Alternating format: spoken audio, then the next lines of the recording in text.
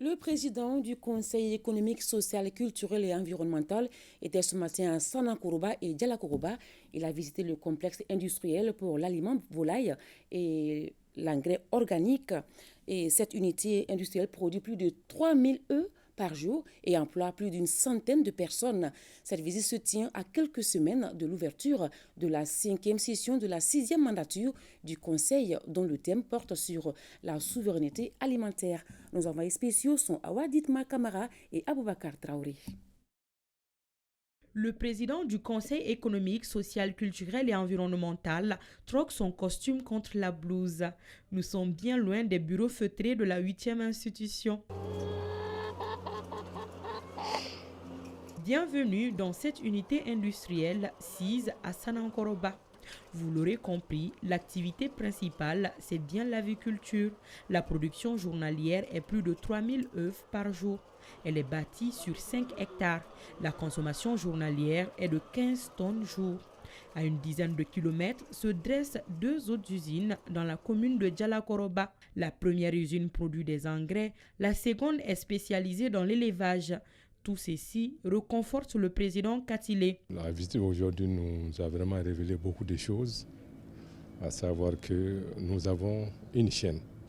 Et puis cette chaîne, avec ses différents maillons, c'est un grand plaisir et c'est un grand tout pour le Mali. Mais malheureusement, ils ne sont pas vraiment connus comme tels au niveau national.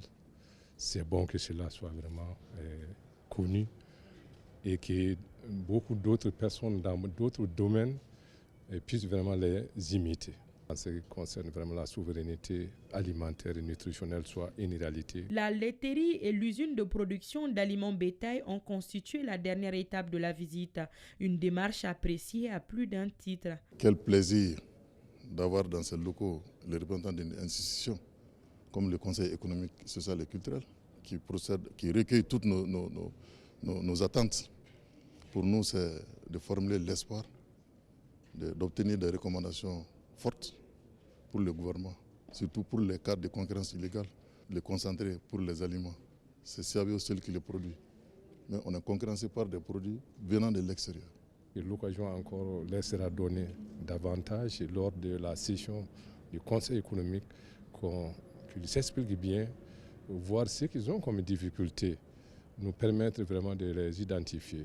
Et à travers nos différents avis, saisir qui des doigts pour pouvoir vraiment exposer, proposer et donner des orientations. L'usine emploie une centaine de jeunes ruraux. Elle est ouverte depuis 5 ans. Le but est de contribuer à la souveraineté alimentaire de notre pays.